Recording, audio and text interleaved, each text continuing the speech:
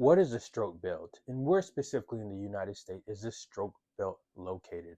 I'm Dr. Nelson, a physical therapist, and today I would like to talk about the stroke belt. So, stroke belt was a term given in 1962 by researchers that noticed that parts of the United States had a higher incidence or prevalence of stroke and cardiovascular diseases. And this part of the United States is a southeastern region of the United States. So it includes all the southern states, included but not limited to parts of Florida, Texas, Georgia, Louisiana, Arkansas, South Carolina, Tennessee.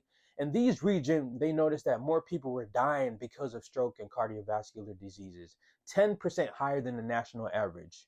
So this is an issue because these regions are rural areas and sometimes they don't have the resources that other parts of the United States have. They don't have the type of food or the traditional food that this southern region are eating. All right, it's high in cholesterol, high in fatty foods, and so forth. Not only that, the individuals in these areas are not exercising as much or not moving their bodies enough because of the limited resources.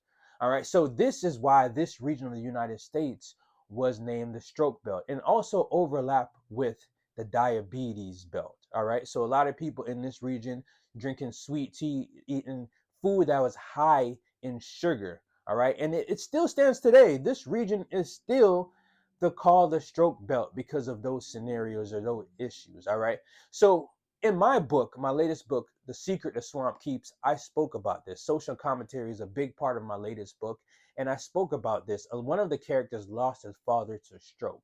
And the reason being is because we've been raised that, hey, we got to eat food that tastes good or is high in seasoning, or we have to not go to the doctor because we can't afford it. All right. And now is the time to change the narrative. And I'm using my latest book to speak about this. It's a small synopsis in the book, but it touches. It's very poignant. And we need to understand that in order to live longer and to protect ourselves, and even for older individuals to stay around to see their grandkids, they need to take care of their health.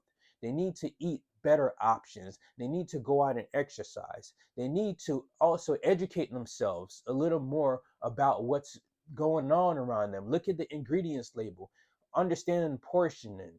All right. So this is very important for us to understand, especially in the southeastern region and even all over the United States, the food that we're consuming and why we might put on more weight. Obesity is a big part of it as well.